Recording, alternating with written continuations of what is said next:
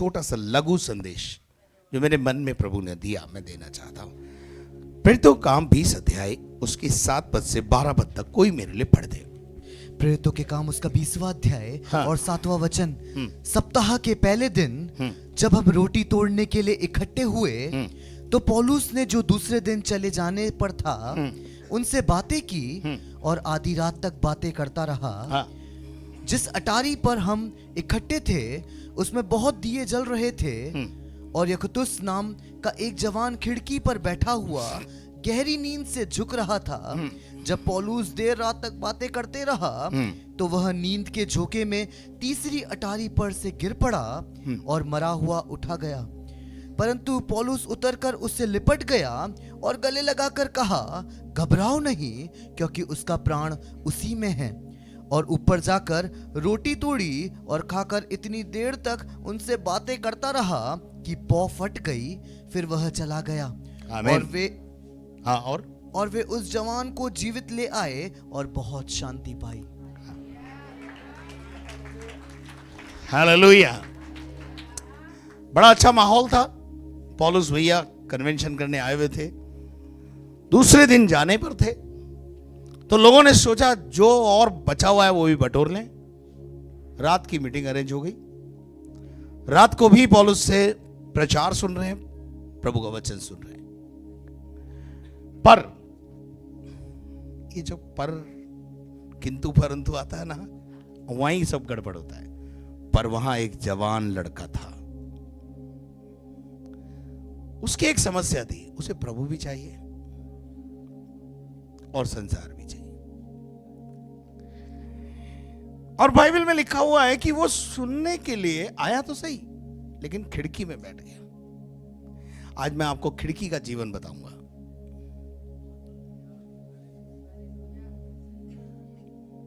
ये खिड़की का जीवन जो जीते हैं वो मरते हैं।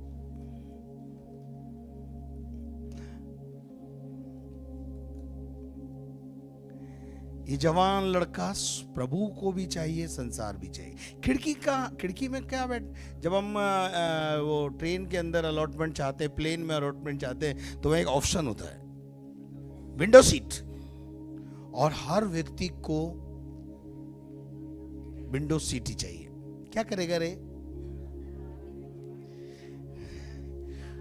थोड़ा दोनों तरफ का मजा ले लूं। विंडो सीट का मतलब यही है, दोनों तरफ का मजा लेना। और ये जवान लड़के ने ये सोचा कि चलो पौलुस को भी खुश कर लेते हैं। और शायद माँ बाप ने बोला होगा, तुझे आज जाना है, अच्छा चल जाएंगे। तो कुछ तो माँ बाप के दबाव में आ रहे, तो माँ बाप ने बोला तो अच्छा गली ढूंढ ली। क्या ढूंढी उसने? बहुत चतुर था,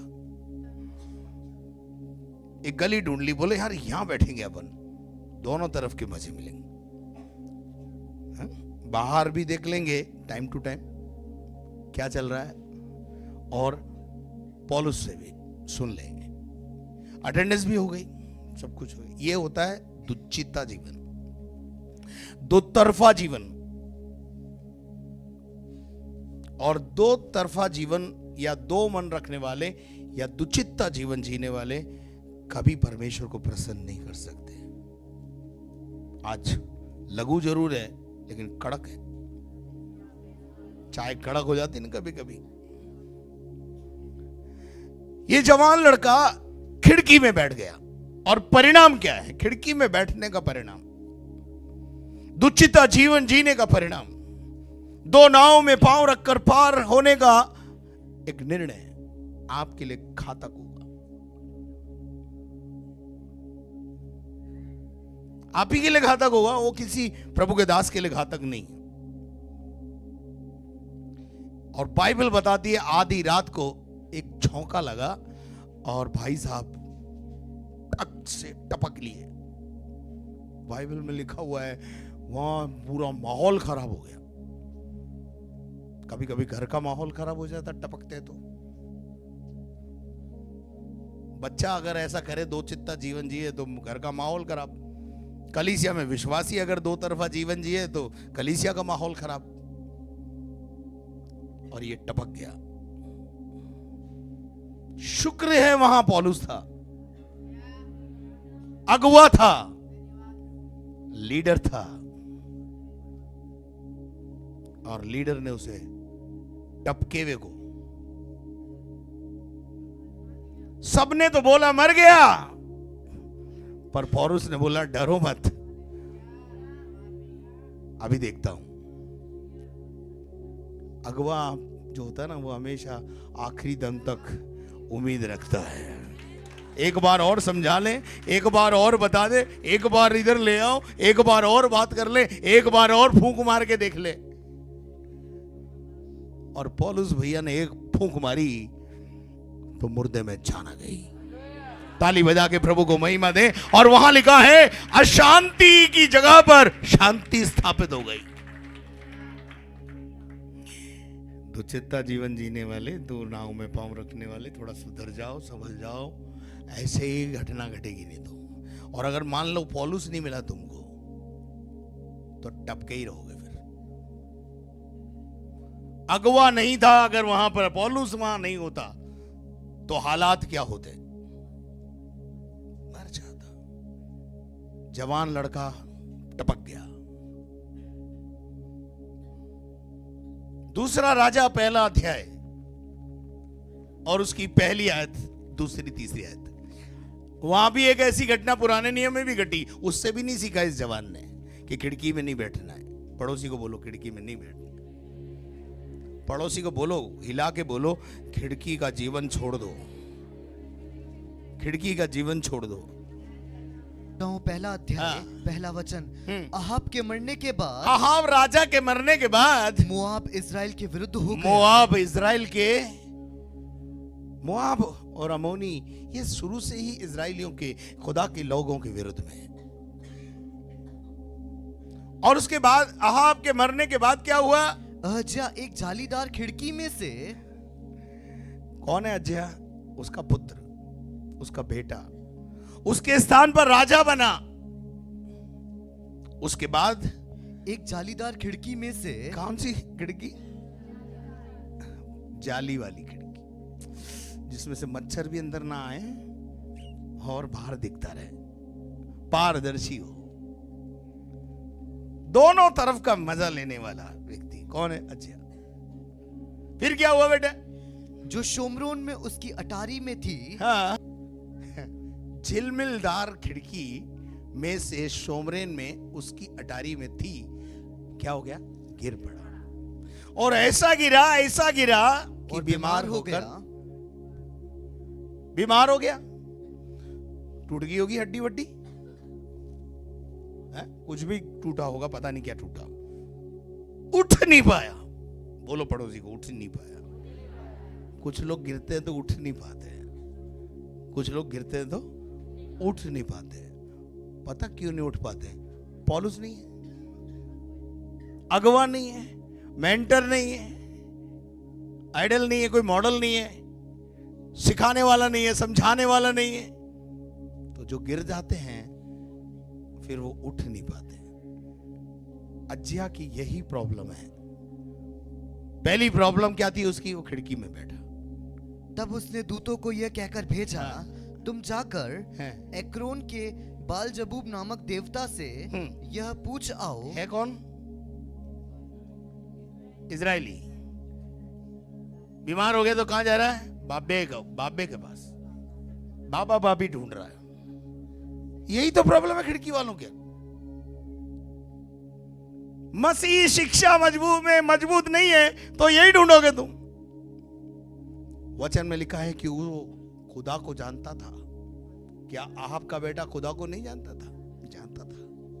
यहूदी था, इजराइली था, प्रभु को जानने वाला था। लेकिन प्रभु को जानने वाला व्यक्ति कहां जा रहा है? बाबे के पास। इसको बोलते हैं दो तरफा जीवन। है तो यहूदी, पर वक्त पड़ेगा तो तांत्रिक का इस्तेमाल भी कर लेंगे। सुनो उन दिनों में क्या हुआ, पढ़ो। कि क्या जब वो बाबे को ढूंढने जा रहा था तो क्या हुआ? कि क्या मैं इस बीमारी से बचूंगा कि हाँ, नहीं? क्या जानना चाहता है वो राजा? मैं ये जो बीमारी आई है इससे बचूंगा कि नहीं बचूंगा। हाँ आगे। तब परमेश्वर यहोवा के दूत ने परमेश्वर के दूत ने तिशबी एलिया से कहा, कौन था वहां, कौन है वहां, जाना किसके पास चाहिए था? अपनी समस्या को लेकर इधर उधर मत भटको। एक अगुवा प्रभु ने आपको दिया है, उस अगवे के पास आओ, प्रभु के भवन में आओ, यही समाधान मिलेगा। हाँ, अगर वहां एलिया नहीं होता तो कोई दिक्कत नहीं थी, लेकिन एलिया वाज देयर। एलिया उस जगह पर है, एलिया शोमरेन में है, लेकिन भाई साहब शोमरेन में नहीं। तो एलिया रास्ते में मिल गया। एलिया ने क्या कहा, पढ़ो। उठकर शोमरोन के राजा के दूतों से मिलने को जा। एलिया को परमेश्वर ने कहा, ए एलिया, जाके वो राजा के दूत है ना, कहीं भटक रहे हैं इधर, जाके बात कर उनसे। क्या बात कर? और उनसे कहे, हाँ, क्या इज़राइल में कोई परमेश्वर नहीं? क्या इज़राइल में परमेश्वर नहीं है? जो तू तांत्रिकों के पास जा रहा है, बाल जुलूल के देवी देवताओं के पास जा रहा है, क्या इज़राइल में जीवित परमेश्वर और परमेश्वर के लोग नहीं है? क्या यहां यीशु नहीं है? क्या यहां परमेश्वर का दास नहीं है, दासी नहीं है, संगीतकार नहीं है? प्रभु आपसे पूछता, क्या बाकी रह गया जो तुझे, करमेल बता मुझे, जो तुझे देना था और मैंने तुझे नहीं दिया? सब कुछ तो दिया तुझे। करमेल के विश्वासियों से प्रभु पूछता है, तुझे क्या नहीं दिया वो बता दे तू। हालेलुया। और वो बोलता है, क्या इज़राइल में कोई परमेश्वर नहीं? जो तू एक्रोन बाल जलूल के देवताओं से पूछने जाता है, तू उन लोगों के में अंदर जा रहा है जो जिनसे खुदा नफरत करता है, उनसे तू हाथ मिला रहा है और उनसे अपने भविष्य के बारे में पूछने जा रहा है कि मैं बचूंगा कि नहीं बचूंगा, मैं ठीक होऊंगा कि नहीं होऊंगा, मेरे को चंगाई मिलेगी या नहीं मिलेगी। तुझे वहां जाना चाहिए। क्या गिलाद देश में बलसान की औषधि नहीं है? क्या यहां प्रभु के लोग नहीं है? अगर यहां परमेश्वर है तो फिर काहे को परेशान है? चलिए आगे पढ़िए, क्या लिखा है। इसलिए अब परमेश्वर यहोवा तुझसे यूं कहता है, जिस पलंग पर तू पड़ा है। एलिया ने बोला उनको, उनके चेलों को, उन चेले चपाटियों को, जिस पलंग पर वो राजा पड़ा है जाके कह दो उस पर से उससे कभी न उठेगा। जाकर उससे कह दो उस पलंग से तू कभी उठेगा नहीं। खतरनाक। ये तो एलिया है, वो तो खतरनाक है ही। अभी मैं और बताऊंगा उसके बारे में एक बात। खतरनाक खतरनाक पादरी। तू उठेगा नहीं और परंतु मर ही जाएगा। क्या बोला? मैं ऐसे बोलता,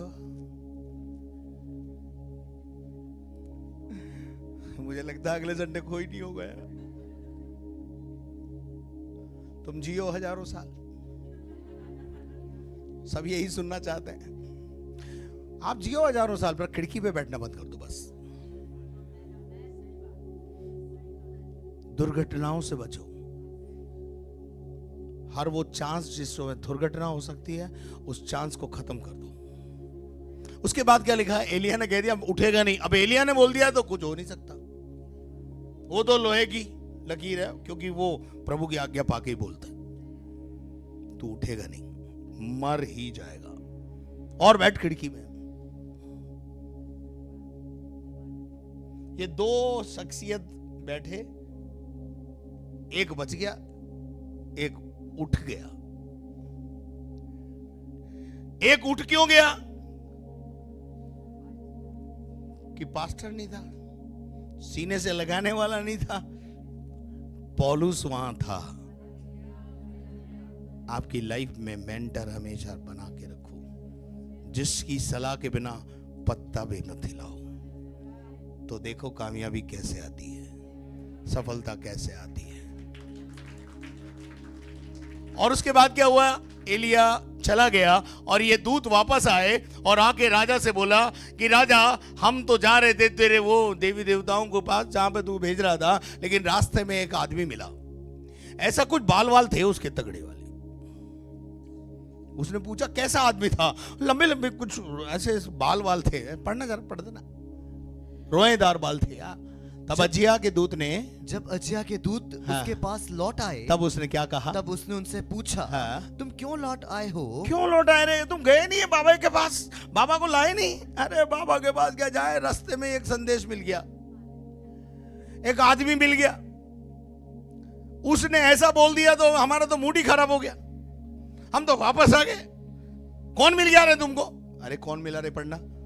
उन्होंने उससे पूछा, हाँ, राजा ने उनसे पूछा, एक मनुष्य हाँ। हमसे मिलने को आया, हाँ। और कहा, हाँ। जिस राजा ने तुमको भेजा है, जिस राजा ने तुम्हें आदेश दिया है कि तुम देवी देवताओं के पास जाकर पूछ के आओ मेरा भविष्य क्या है, उसके पास लौटकर कहो, उसको जाकर कहो, उस लोमड़ी को जाकर कहो, परमेश्वर यहोवा यूं कहता है खुदावंद यूं फरमाता है कि क्या इज़राइल में कोई परमेश्वर नहीं? सवाल यह है, क्या इज़राइल में खुदा नहीं है?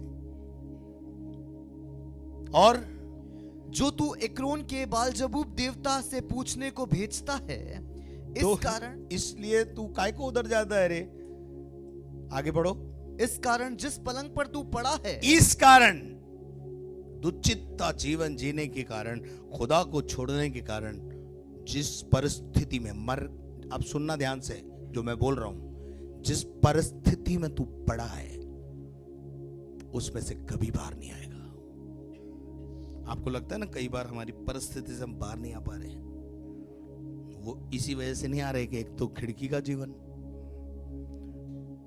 भविष्य मेकर खुदा है, याद रखना, उससे लिपटे रहो, वो बनाएगा तुम्हारा भविष्य। और उसके बाद क्या हुआ?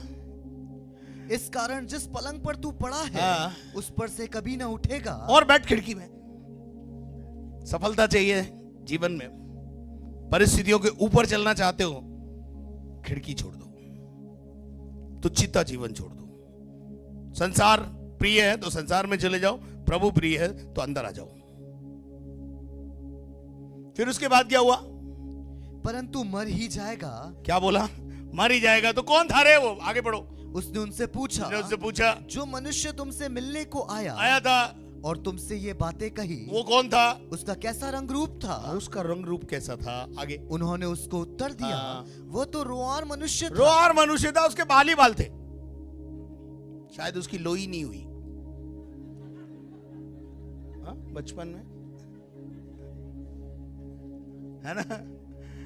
हाँ, आगे बढ़ो। और अपनी कमर पे में चमड़े का फेटा बांधे हुए था। चमड़े का फेटा बांधे हुए था, पटुका बांधे हुए था।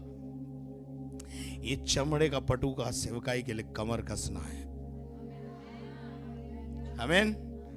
बोलेगा तो सच्ची बोलेगा, बांध लिया है ना, सत्य का पटुका। आगे बेटा।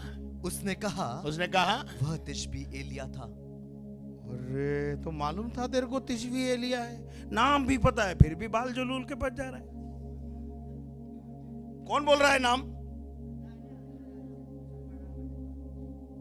बाल से पहचान रहा है वो, तिशबी एलिया ही होगा। इसका मतलब वो एलिया के बारे में, एलिया को भी जानता था। जानने के बाद भी कहां जा रहा है?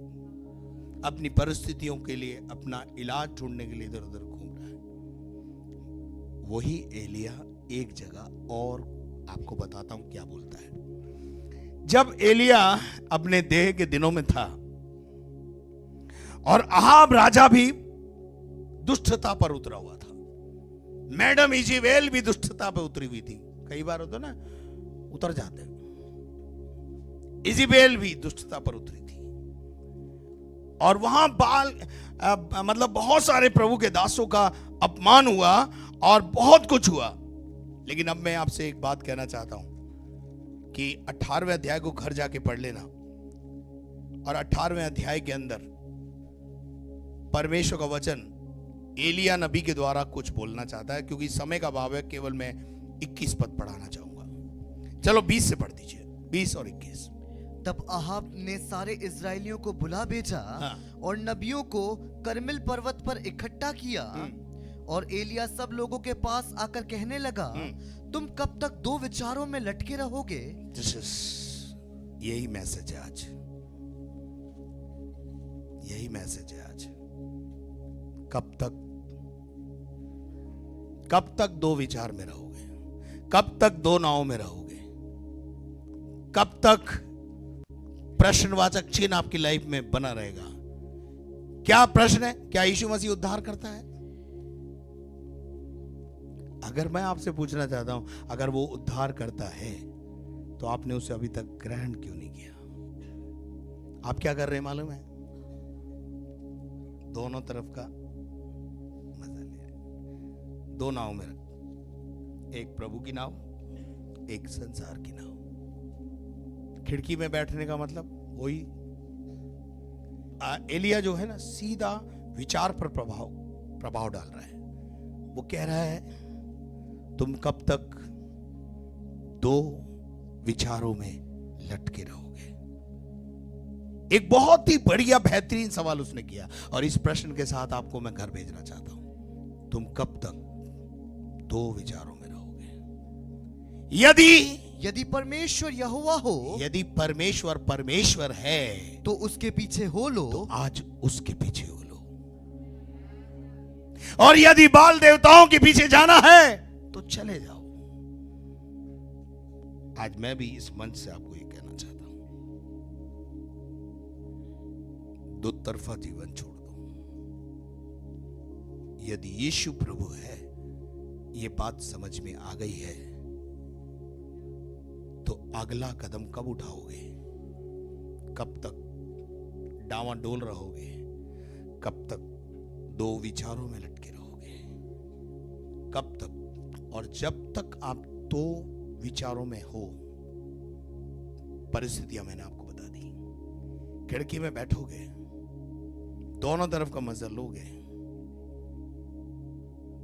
परिस्थितियां वर्स्ट से वर्स्ट होती चली जाएंगी। पर यीशु को अगर आपने अपनी नाव में बैठा लिया, या आप यीशु की नाव में आ गए, तो बेड़ा पार हो जाएगा।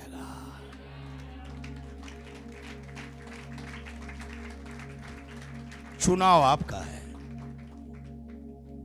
आज इस संदेश के साथ घर जाएं। तुम कब तक, मैं कब तक दो विचारों में रहूंगा?